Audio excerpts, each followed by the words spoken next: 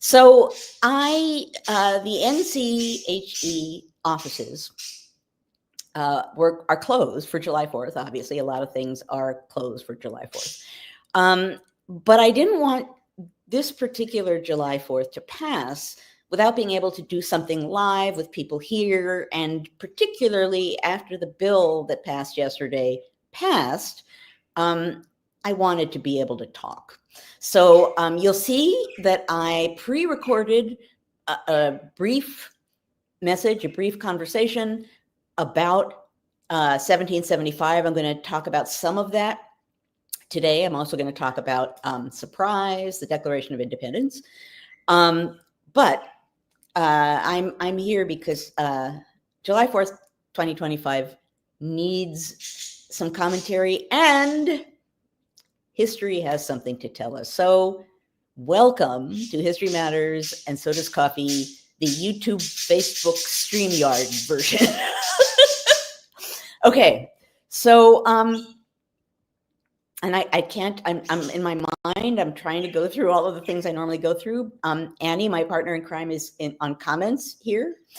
So I certainly can't turn to her for questions. We'll see how that works coming up. I'm assuming that the questions will be in comments and I'll be scrolling through to find them. That'll be another adventure in a little bit. For now, what I'm going to do, as I have done for at least 273 weeks, I see that Carolee is here now. We might be on 274. I don't know, but we've been here for a lot of weeks.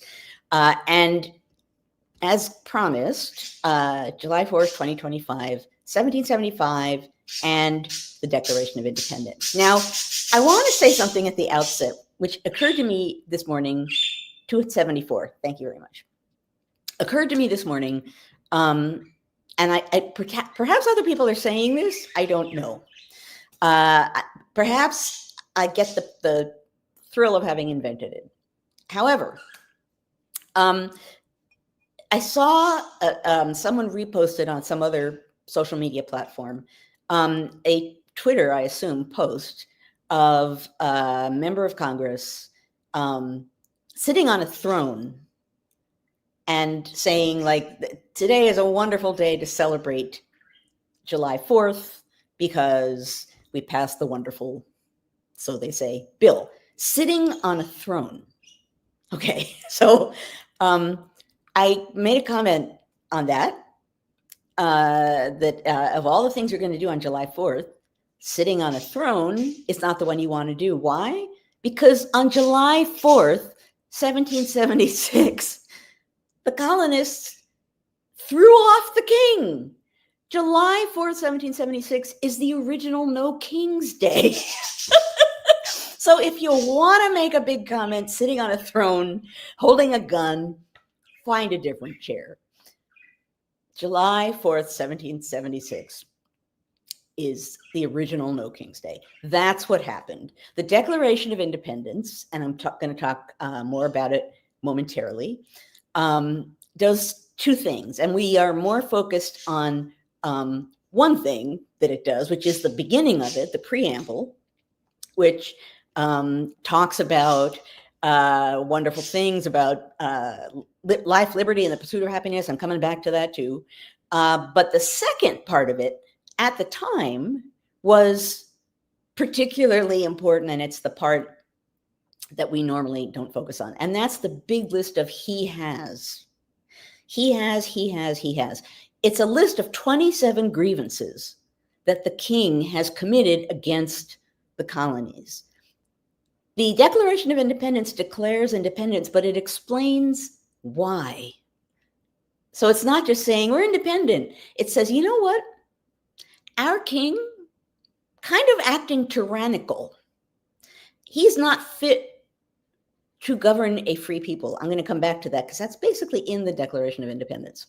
So the second half, and I'm going to quote you some quotes from it, particularly apt ones,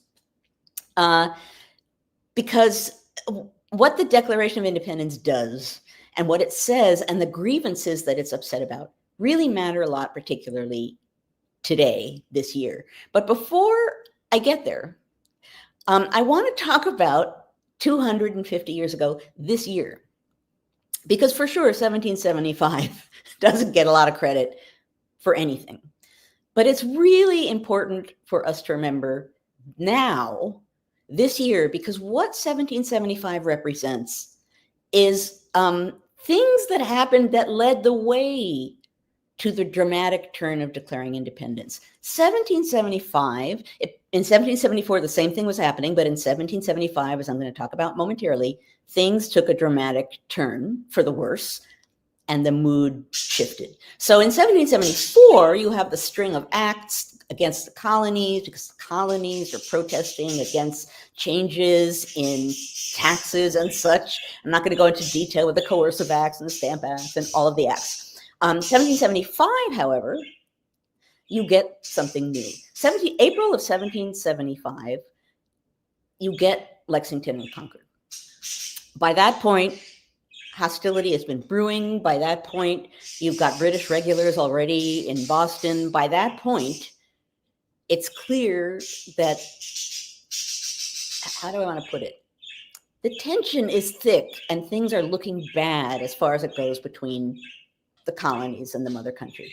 Then you get to Lexington and Concord.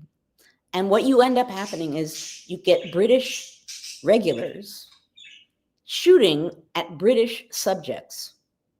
The point I want to make here, because I think we think of the British when we think of the revolution as the enemy, but at Lexington and Concord, the British was us.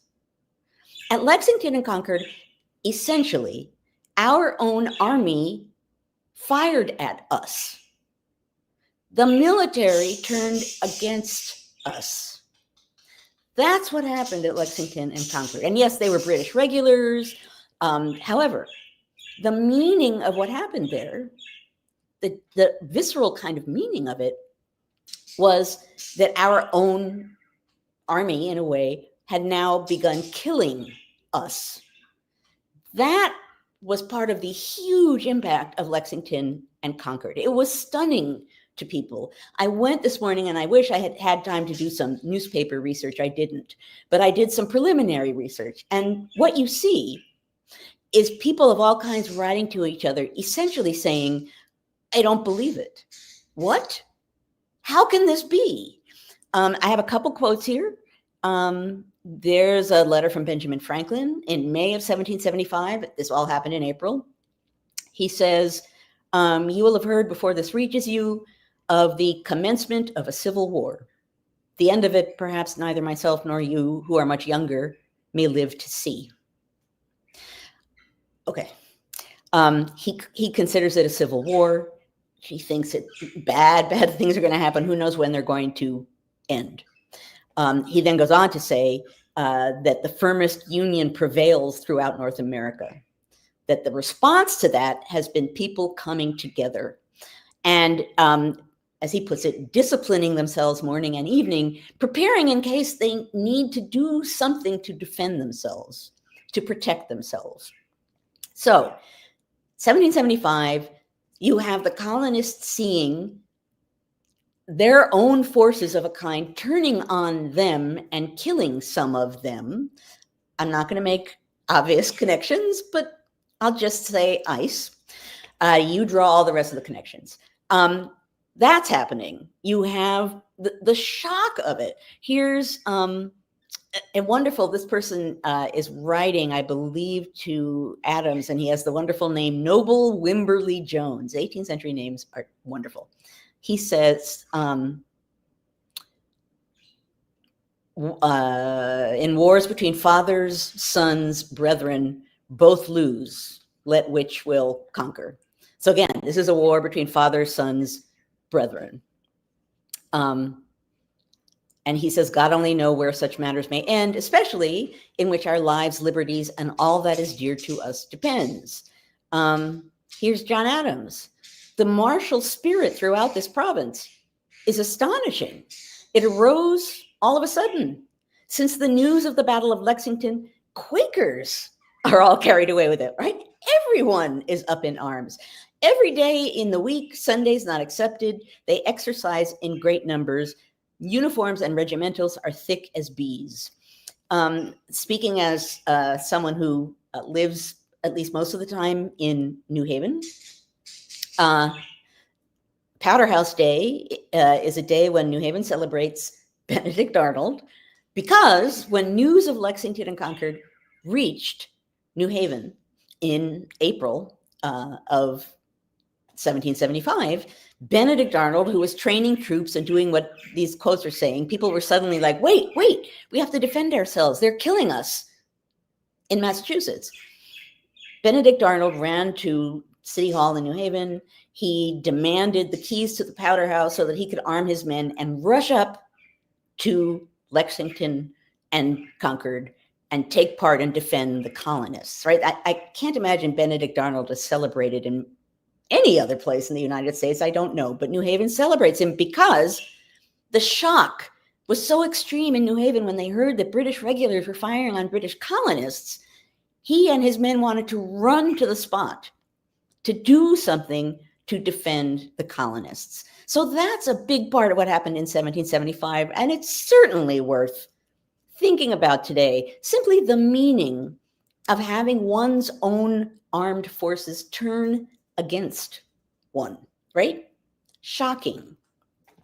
Another important thing that happened in 1775 was the calling of the Second Continental Congress. Why? Because they needed to deal with this crisis. They needed to figure out some kind of unified action and decide what to do next. Now, I do want to say something. I do say, Lori's saying, will this be unresolvable without violent revolution? That is not what I am saying. But I am saying, and I'll come back to this at the end, it is worth recognizing where we are. And as I just mentioned, Second Continental Congress represented people coming together to figure out what to do. They were not prepared to declare independence. They were trying to figure out a course of action. And the key there, and what I want to emphasize here, is they came together to figure out what to do, to take unified action. So again, consider where we are. History has a lot to say. Lexington and Concord, army firing on its own subjects, a Continental Congress that comes together to figure out what to do so that there can be unified action. Okay, I just see Annie, a long quote from her, and I don't want to, I hope I'm not veering off technologically, but at any rate, those things are important. We don't think about 1775, but the road to 1776 matters. And on this July 4th, 250 years later, I really want people to think about where people's minds were in 1775, how aware they were of what was happening, how they understood the meaning of what was happening, how they understood that there were rights, fundamental British rights and liberties under attack. Okay, now this brings us back to the Declaration of Independence and 1776, July 4th, 1776, the original Independence Day. Now, as I mentioned at the outset, what most people know about the Declaration is language like this. We hold these truths to be self-evident, that all men are created equal, that they are endowed by their Creator with certain unalienable rights, that among those are life, liberty, and the pursuit of happiness, that to secure these rights, governments are instituted among men, deriving their just powers from the consent of the governed. Okay, that's the part, life, liberty, and the pursuit of happiness. It's even sung on Broadway. I'm not going to sing from Hamilton, but that's the part we know, the preamble, the grand rhetoric. Now, of course, the colonists / Americans did not live up to all men are created equal, right? In many ways, and I've said this before, and I perhaps will go into it another time, but the promises like this that are made in early America, many of them are not fulfilled, to say the least. But it matters that they're made, because once they're out there, and even better, once they're in writing, then marginalized or disempowered people of all kinds can point to them and claim their rights. So yes, the Declaration of Independence was not a grand freedom document or liberty document of any kind, really, At least for most people, some people it had that kind of an impact, but for many people it didn't. But that rhetoric, that preamble, and what it suggests, that idea, matter immensely. And if you look ahead in history, you can see other people pointing to that promise, using that promise as the rung of a ladder to raise themselves beyond where they're being suppressed down to. So even though those words were not being lived up to, it matters that they're there. Okay, and Rosie is oodling over there, actually, so she's thrilled with this. Now, I want to go on and talk about some of the grievances mentioned in the Declaration of Independence. And I tell you what, how many do I have here? A couple. I don't know, 10? I'm going to read them. It will be obvious why I've picked these 10, but I will wait to comment until the end, I think. We'll see how this goes. Okay, and again, 10 out of 27, I think, in order. Okay, so what has the king done? What is the he has? What has the king done that led to this need to declare independence? Well, he has obstructed the administration of justice by refusing his assent to laws for establishing judiciary powers. I read something online that our attorney general suggested that Trump can declare laws invalid if he chooses to. I haven't looked it up. I can't say that that's valid or real, but obstructing the administration of justice, there you go. What else has King George III done? He has made judges dependent on his will alone. Imagine that, for the tenure of their offices and the amount and payment of their salaries. What else? He has erected a multitude of new offices and sent hither swarms of officers to harass our people and eat out their substance. I don't know how you pronounce D-O-G-E. Doggy? Doji? Whatever you want to call it, that's a new office. And it certainly is eating out a lot of substance. Okay, what else has the king done? Well, he has kept among us in times of peace standing armies without the consent of our legislatures. He has effected to render the military independent of and superior to the civil power. He has cut off our trade with all parts of the world. He has deprived us in many cases of the benefits of trial by jury. And he has transported us beyond seas to be tried for pretended offenses, meaning no trial by jury. He's transporting people, colonists, to other places for pretended offenses, and they're not getting trial by jury. They're not getting due process. Imagine that. So towards the end of the Declaration, it says, a prince whose character is thus marked by every act which may define a tyrant is unfit to be the ruler of a free people. That's why the colonies declare themselves free and independent states. That's their logic. That's their explanation. That's a list of, like I said, maybe 9, 10 grievances that they saw as dire and sufficient enough that essentially King George III unkinged himself, because no king, no, quote, ruler of a free people would have done those things.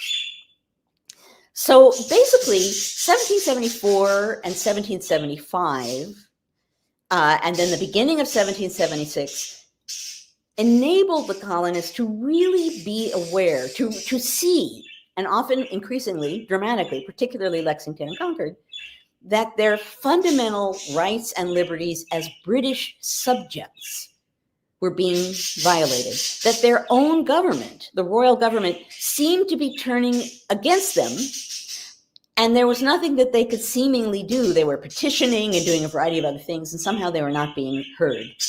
That's what led to the Declaration of Independence. So that's part of what I wanted to talk about this morning, is for certain, July 4th, 1776 deserves a prime place in our national narrative. But at this moment in time, 1775 matters a lot too, because things don't appear out of nothingness. The bill didn't appear out of nothingness that just passed. The moment that we're in hasn't appeared out of nothingness. And whatever we choose to do down the road will be built on what we're seeing now and how we respond to it, how aware we are of what's happening, how willing we are to sort of grapple with what it means, come together and discuss what it means to us individually. Boy, Rosie knows it's going to affect purchase of birdseed, I would say. At any rate, this year is important. 1775 was important. You can't understand 1776 without it. Whatever comes next, this bill and what led to it are going to be vital to remember. In other words, history matters. The history of what led us to this moment will help us figure out how to address it and how to move forward. And we cannot do those things without understanding the 1775s of the present, the things that have led to this moment, the reasons for them, and then options that we have so that we can move forward with wisdom, unified, with a plan of action that makes sense in this moment, that has been considered within the context of this moment in a response to what has just happened. It's not whatever our response is, however we choose to protest, whatever happens next, or we choose not to protest, I don't know. But whatever happens next, it needs to be grounded on now, right? And I will say the word that I always say on History Matters, because it's very relevant right now, and that is contingency. 1775, the colonists didn't know that they were going to declare independence and they were going to be their own country. They had no idea. It wasn't really until 1776 that some people were beginning to think about it. We have an idea about the kinds of things that will come next. We don't absolutely know, nor do we know things that opposition folk who oppose the bill might do to render protest in some way that is heard, whatever that may be. I've spoken before about how we really need at this moment a true opposition party, meaning not just a Democratic Party or a party that isn't the Republican Party, but a party that's centered on what it means to be in opposition, probably organized differently, responding directly to things being done by the government so that Americans know specifically what's being given or taken away. I encourage you, and I thought about doing it, and then it's really long.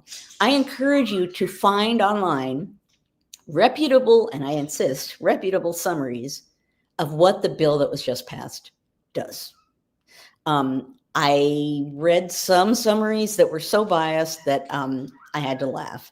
But if you look around and really do responsible, diligent research, you will get a sense of what this bill does to, for example, universities and the money that they have at their disposal to spend on students as well as on the university itself, to taxation, or even more important, look to see when some of the things that they're saying expire.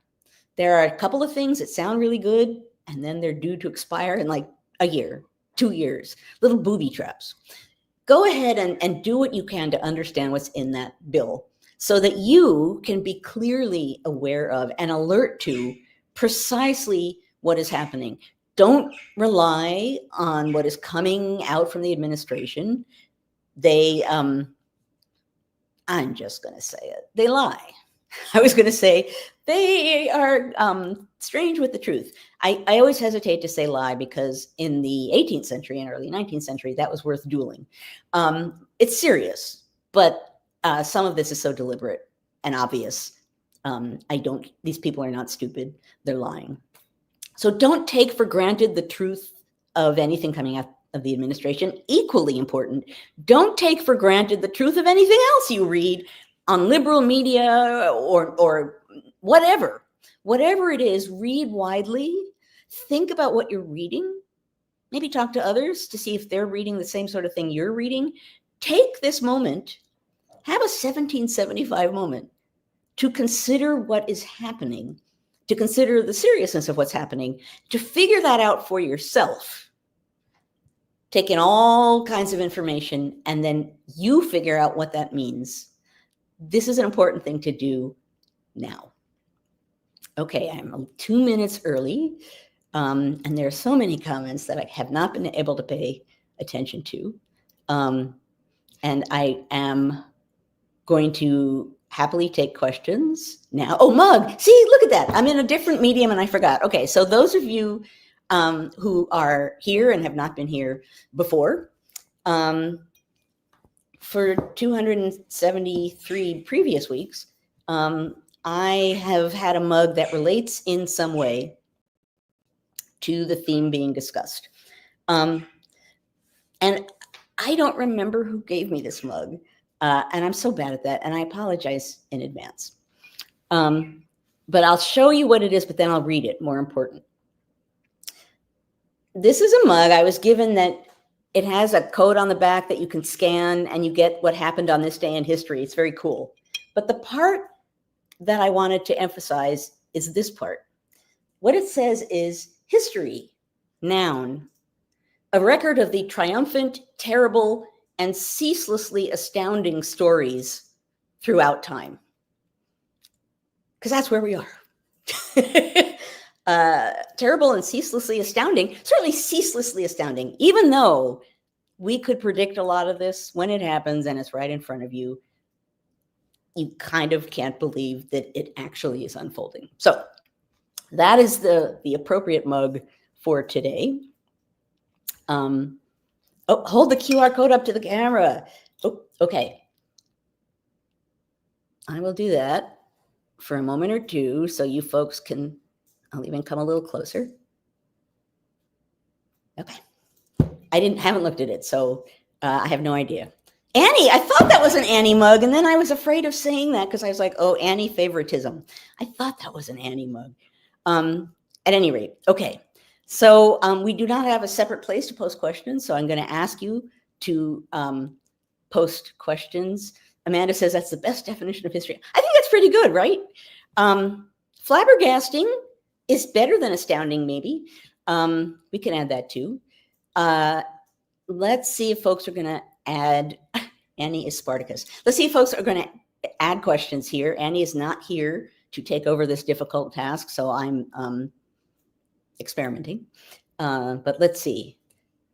Let's see if any of you guys have any questions for me. I will say, honestly, one of the things I woke up thinking about, Annie is in the chat, I know, but she's normally with me here picking questions. Oh, okay. Michelle has asked a question. One of the things that I noted this morning, I'm going to come back right in a moment, Michelle, is that, of course, the bill is due to be signed today for the stage, the scenery of it, right? For the supposed symbolism of it. Yeah, there's symbolism there, all right. And we've talked about some of it here. Just the fact that that was staged that way, given what that bill does and what today is, maybe not flabbergasting, maybe enraging. We need to add, we need a lot more adjectives there. Okay, Michelle has asked, do you consider 1776 as the birth year of the nation? Well, so I thought about this yesterday. And the key word there is nation, because 1776, July 4th, 1776, is when the colonies formally in writing declared themselves a free and independent state. So apart from big, broad issues about things that happened and events and processes and failings and everything else that leads to that moment in a limited definition of it, what creates the nation? It is the colonies breaking away from the British government and from the king. So in that sense, I would say the creation of nationhood happens on this day. Actually happens on the day, I'll even back it up, happens on the day when independence is declared in the Second Continental Congress. John Adams has a wonderful letter, which I did not look up this morning, which says something like, July 2nd will be the grand moment through all time. There will be cannons fired. There will be fireworks. People will remember this day as the Day of Independence. Okay, he was 2 days off. But the declaring of independence and then the publicizing of the Declaration of Independence, those are key moments in literally creating a nation, like in a literal sense, not just sort of thematically, theoretically, ethereally, but in a nationhood kind of sense. Okay, there are many new comments. Right, so the birthday of the Union, right, so that's not the same thing as the nation, right? The Articles of Confederation created a government, the Confederation Congress, and that was what was running the country. So you could say, and it does, we the people of, and it, you know, it does, the Articles of Confederation is very specifically about the colonies that want to buy in. So you could say it's the start of the Union, but July 1776, the difference is that in declaring independence, the first thing that the states immediately do is they immediately begin to try and write state constitutions so that they will have governments to put in place of the royal government that had been there before. So that's kind of what I'm talking about. I'm being very literal here and very precise because I think this is a really interesting question that we can answer in a lot of different ways. Let's see, what other questions are there? Frida says in Sonia Sotomayor's dissent, she did indeed say third-party deportations, that President Trump has the Supreme Court on speed dial. We are in an interesting moment in the history of the Supreme Court too. Let me get to the bottom and see more questions. Okay. Question. Oh, well, so a question about how Collins and Murkowski voted on the bill. I'm not going to comment specifically on how they voted on the bill. I will say that voting for something that you think is bad and having no reason for doing that other than, well, I took care of my people. You know, you are, as a representative, supposed to represent your constituents. And you're also supposed to be thinking about the good of the nation. They don't always align. This is true. But the good of the nation matters too, right? Federalism, you know I've said this before.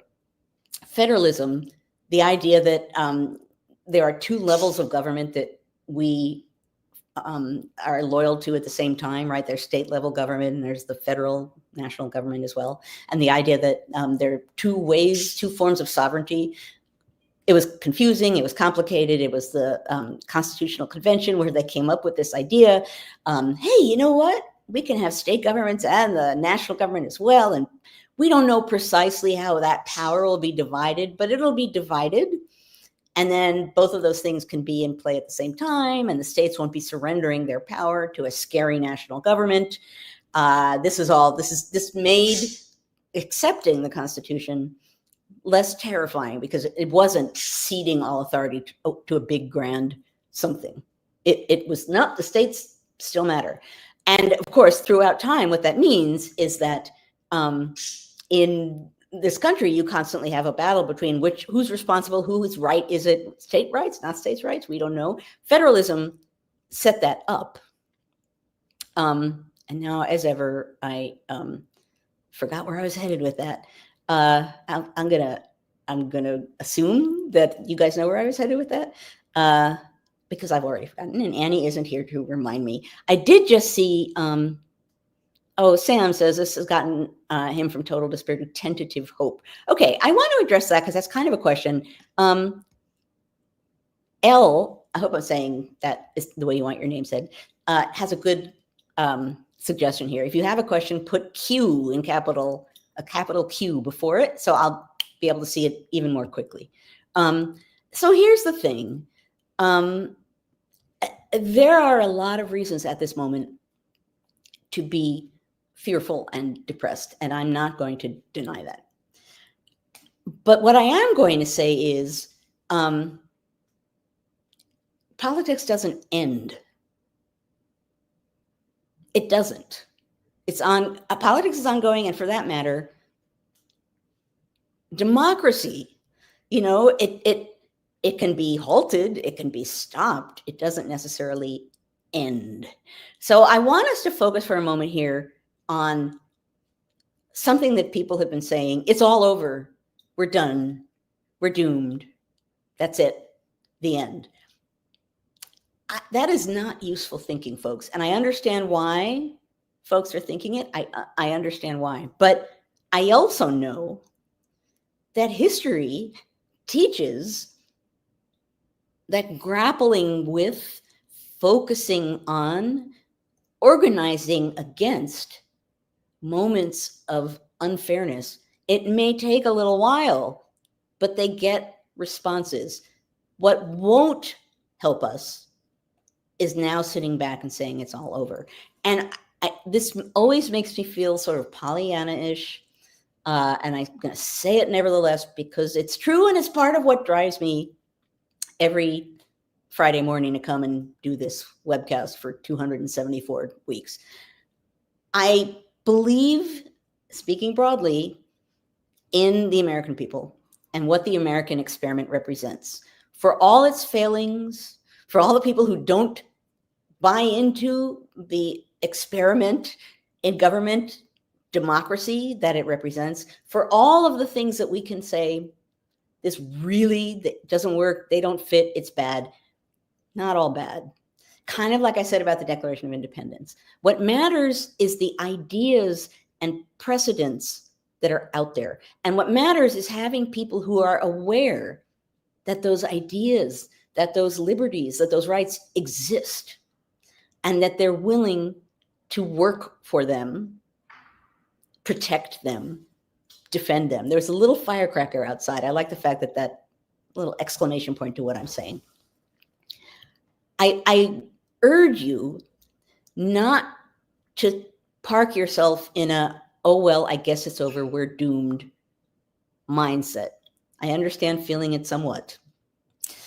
But after feeling it for a bit of time, I encourage you to think about, as King George says in the Hamilton musical, what comes next? Now what? Now what do we do? Now how do we do it? How are we going to respond?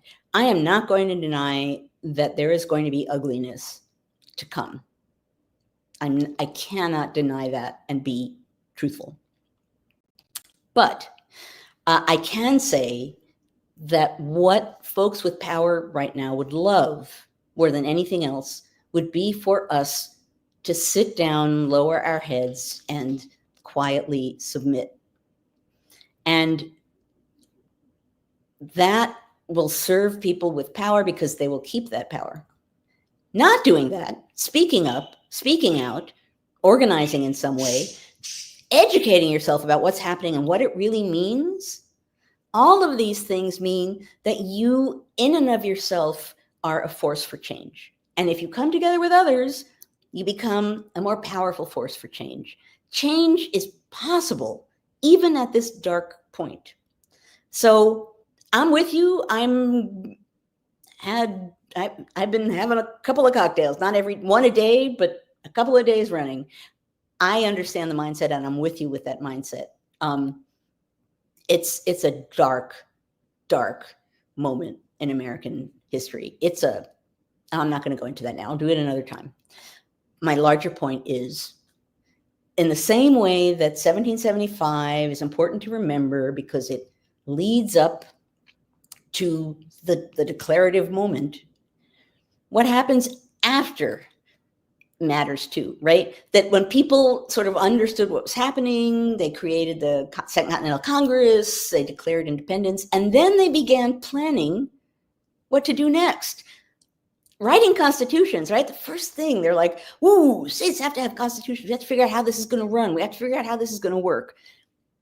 Planning matters, even at this dark moment. So I'm planning in Planning matters. I'm planning in coming weeks, certainly by August, in really focusing a lot more on my YouTube channel. Those of you who have not found it, it's there, and I'm going to make it prettier and easier to find. I'm going to post more things there. And what I'm probably going to do some of, because I've done it before and it's gotten a lot of response, is just occasionally beam in when something happens and offer my thoughts about it. Just as a, I have a friend, had a friend, Richard Bernstein was a wonderful, wonderful historian. We were friends for over 30 years. And he always represented what I called my calm, soothing voice. So if something horrible happened, if someone said something horrible to me, or they hated a piece of work I'd done or something, I would call Richard. And Richard would say, I am now your calm, soothing voice. And he wouldn't lie to me. He would just walk me off the ledge. So hopefully I will be able to offer some insight, some non-ledge logic in the times ahead. And ultimately, my YouTube channel will be the center of that. Okay, I'm sorry, I've forgotten to look for questions. Right, someone just said, Richard Bernstein, my old teaching American history. Yes, Richard. Oh, yes, Richard was the ultimate mensch. Okay. It would be, Bonnie says, it would be interesting to examine leadership. Well, that's really true, right? Because leadership is political, if we're talking about political leadership, but it's cultural too. So there are any number of ways in which leadership can be defined, and there are always subtleties in leadership that we don't necessarily always recognize. But that is an excellent point. That might even be a future episode, either on NCHE as I continue doing that, or on my history channel, sort of center to come, thinking about leadership, past and present and future, and what it means. I'm trying to catch a question. How do you get the Trumpists who are going to suffer to realize it was because of their vote and they need to change? I can't answer a how question like that. All I can say is there are going to be a lot of interesting pieces of propaganda filtering out to us when things go bad. And some people will desperately want to believe them. It will be important for people to find out ways to break that silo, whatever that means, however that means. I mean, for example, I think someone mentioned this earlier, that the Social Security folk sent out some kind of propaganda announcement about how the bill is great, we love it, and here are all the reasons why, and that almost nothing in that statement was actually accurate.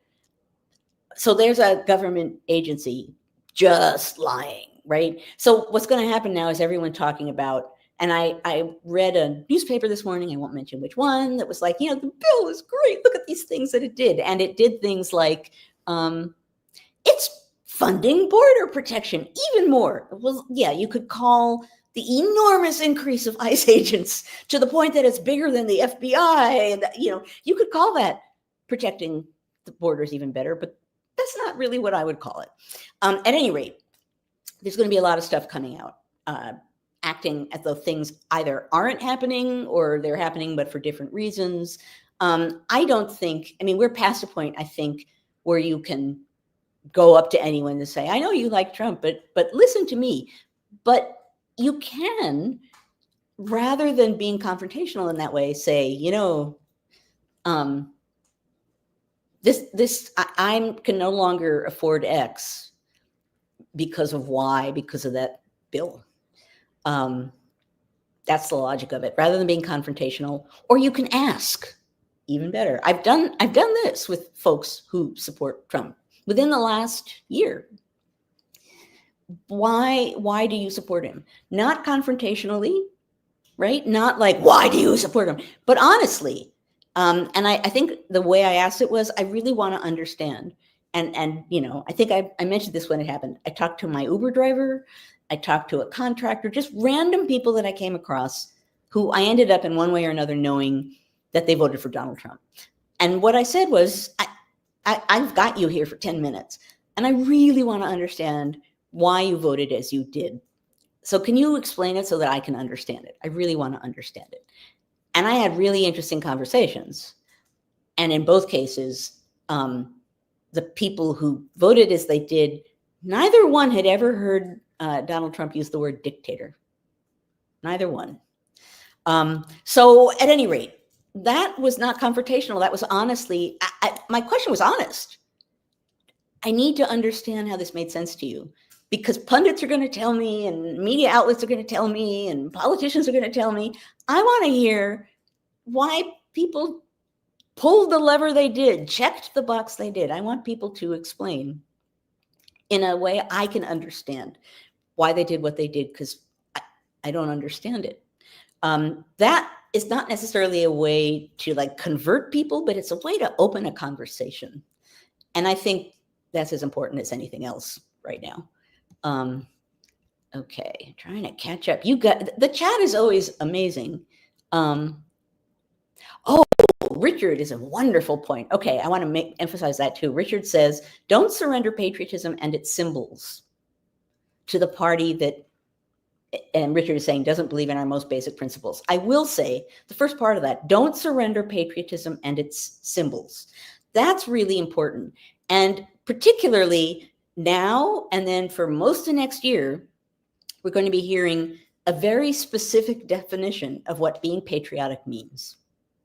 And when one way or another, it's going to be believing that the country is the greatest, super wonderful in the world, always has been, always will be. Yay, there's nothing bad about America. To me, patriotism means loving your country for better and worse.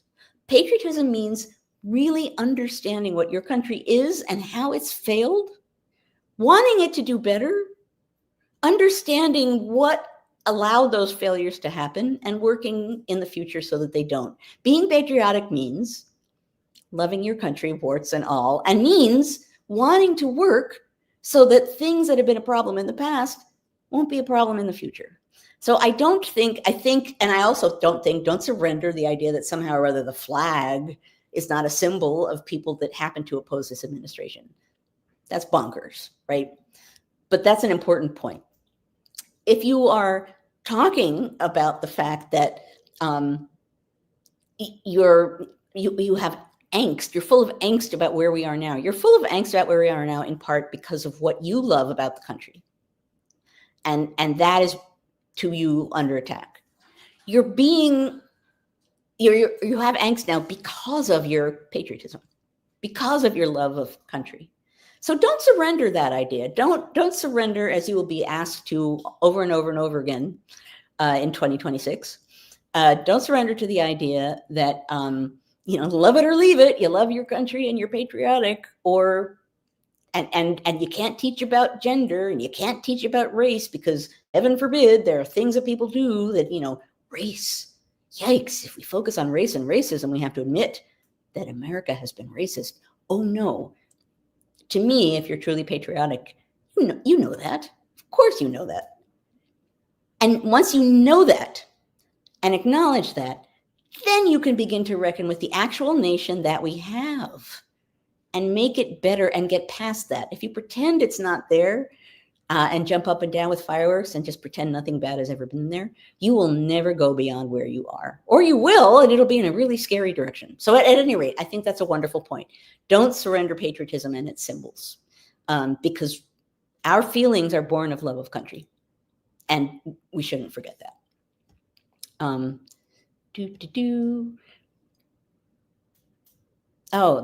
Interesting. Someone said that AOC researched and found a lot of people voted for her and Trump. It honestly, being an investigator, being a historian, and in that way thinking like, for the record, I just need to understand. Sometimes people honestly just want to talk, and opening a conversation sometimes is going to do nothing. Sometimes it's going to lead to an argument, but sometimes it might actually be a good thing. Yeah, right. No one owns the flag, right? And yes, they can have the Confederate flag. They seem to like that one very much right now. So Larry's talking about the media bubble. So this is the thing, right? So what was I looking up this morning? There was something I wanted to look up this morning. I've already forgotten it because I haven't had enough coffee. Larry is focusing on like rural hospital closings not being discussed. There was a fact that I knew to be wrong, but I wanted to find proof that it was wrong because I wasn't going to say anything or even commit to that without finding evidence. And I had to rummage around to find it. And it was, something blatant. The fact that it was a little hard to find, like we put ourselves, I suppose, in different kinds of media bubbles, and that is true. The other thing, though, is that different kinds of media are and aren't reporting things. And of course, how do we know what's not being reported? How do we know what isn't there? So I've said this before. Many other people have said this too. Find media sources apart from, I guess, what people are now calling legacy media. Find other outlets that are independent in some way, or dip into different kinds of outlets so that you can get a sense of what's out there and then determine for yourself what evidence feels real. I'm not denying this is going to be challenging. So yeah, I saw someone online talking this morning about the fact that rural hospitals now are going to be closed, that people are going to have to be driving for hours to get medical care, that some people are just not going to be able to afford medical care anymore. Then what happens, right? There'll be deaths. All of this is going to happen, but of course, many people don't really want to focus on likelihoods like that or on obvious implications of the policy that was just passed. I'm trying to catch up. You guys, you whip it along here. Well, okay, here you go. Lori says we could jettison American exceptionalism. So I've been saying that for years. I've been saying that since the first Trump administration. Here's the thing, and sometimes people have misunderstood that. What American exceptionalism means is you believe that America is an exception to all rules, right? Other countries may go authoritarian. Other countries may have democracy fail. Other countries have failed in all kinds of ways, but the United States, we are an exception. Those kinds of bad things don't happen here. Now, for years and years and years, when Donald Trump first became president, and I was hearing some of the language he was using and seeing some of what was happening, and what I saw was a lot of, well, it can't happen here. It can't happen here. And if you're still on Twitter, which I am not, you could search, if you're still allowed to do this, for my handle and the word exceptionalism. And you will find again and again and again me saying American exceptionalism is blinding the American people to what is happening right before their eyes. Because people like me or people like Heather who are saying democracy is under attack, we are in danger, very, very often the response was, you're just hysterical, hair on fire, crazy person, that bad things like that aren't going to happen here. We've gotten through this so many times before. Like, just come on, we had a civil war. That was really bad, and we came through, so it's all going to be okay. That's not a logical or good way to think. And I'm not saying it definitely won't be okay, but assuming that we are an exception to all things, assuming, for example, that democracy can fail, I think maybe now we're at a point where I hope more people are willing to understand that democracy can fail and that American democracy can fail. But American exceptionalism, it's blinders, and it prevents you from seeing what is happening right in front of your face. So that's an important point. I'm not saying that it means that you should assume that the United States is always bad all the time, but it is not free of all rules. It is not going to somehow escape authoritarianism in ways that other countries haven't. It isn't. It plays by many similar rules to the rest of the world in many ways. So American exceptionalism as a way of saying it's always going to be okay because it always has been, that's not useful, and that's particularly not useful right now. Okay, moving on. We still have a couple minutes left. So here's an idea. James says there's a new center emerging. I think, okay, so now I'm going to speak for a moment as a political historian. I I for a while back, I was talking about how the Republican Party was really no longer the Republican Party. It had morphed into something different, and I don't mean it had just changed its precepts and logic, but it was not operating in the way that a party or the Republican Party operates, and we're seeing that now kind of in practice. The Democratic Party also is torn, right, between some people who are very moderate and some people who are not so moderate. Many of the not so moderate people are younger. So I think that speaking as a political historian who takes a step back from this current moment, this is a really interesting transformative political moment. And I don't know politically, organizationally, what will come out of it, but it's really worth thinking about what's failing, what's working, and what it means. And if something works and your response is no, the best response is, why did that work? Then you can decide what you think about it. But for example, Mamdani's victory in the Democratic primary for mayor of New York, right? And there have been some people, some Democrats, who just like, nope. And that's fine. They can dislike him. They could vote against him. But a smart response, a really intelligent response to that victory is, okay, what worked? What does that mean? And I don't mean like, oh, he spent this much, they spent this much money on TV ads and he took a walk across Manhattan. That's what worked. No. What about what message he was offering? What about what the people thought they were getting?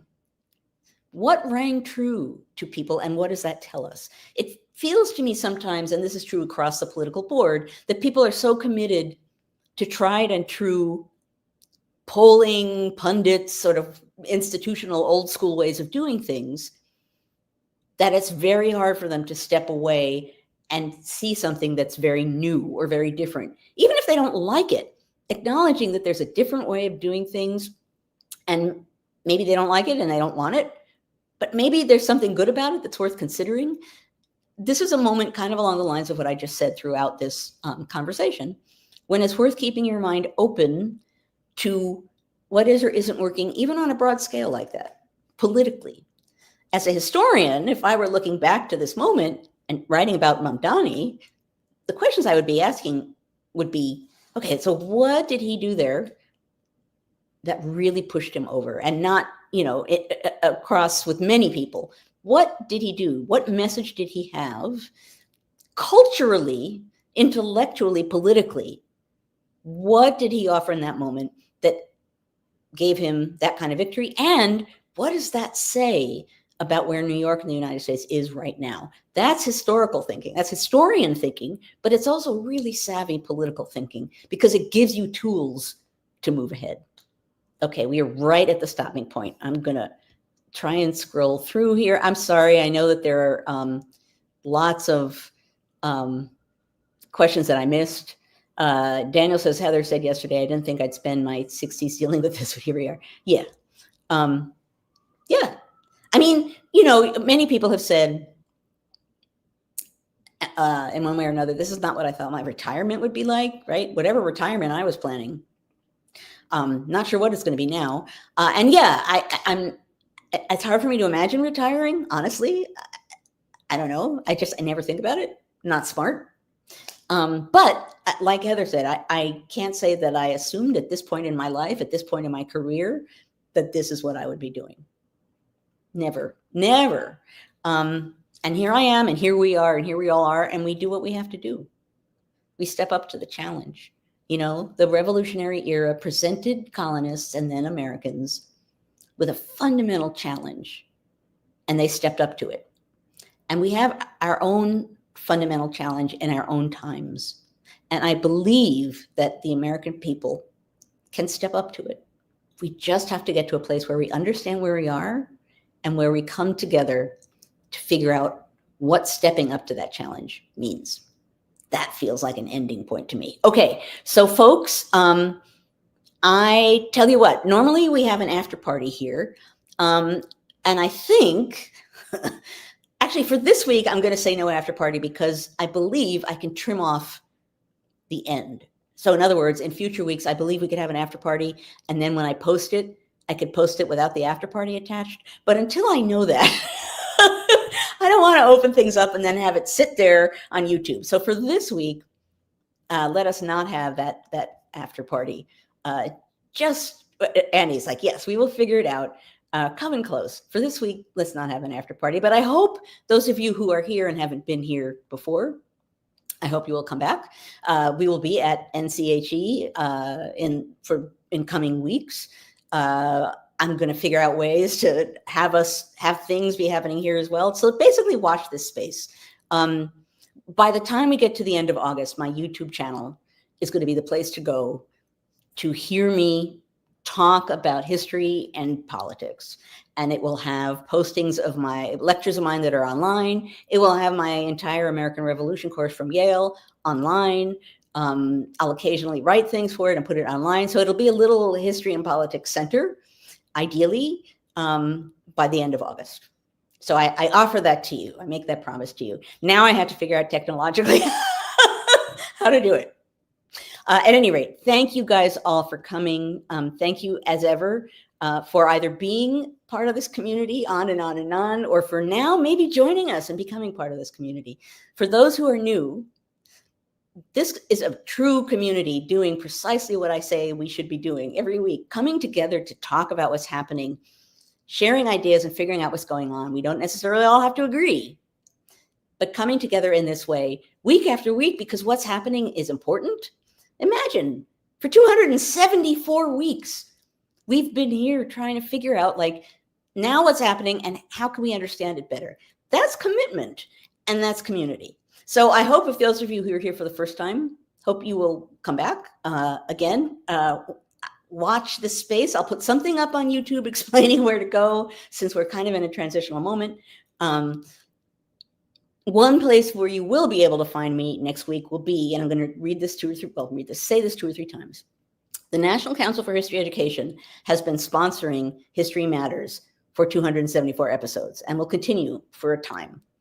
And you can come every Friday morning at 10 a.m. Eastern Time and find conversations exactly like this at, get a pen, get a pencil, NCHE teach.org/conversations.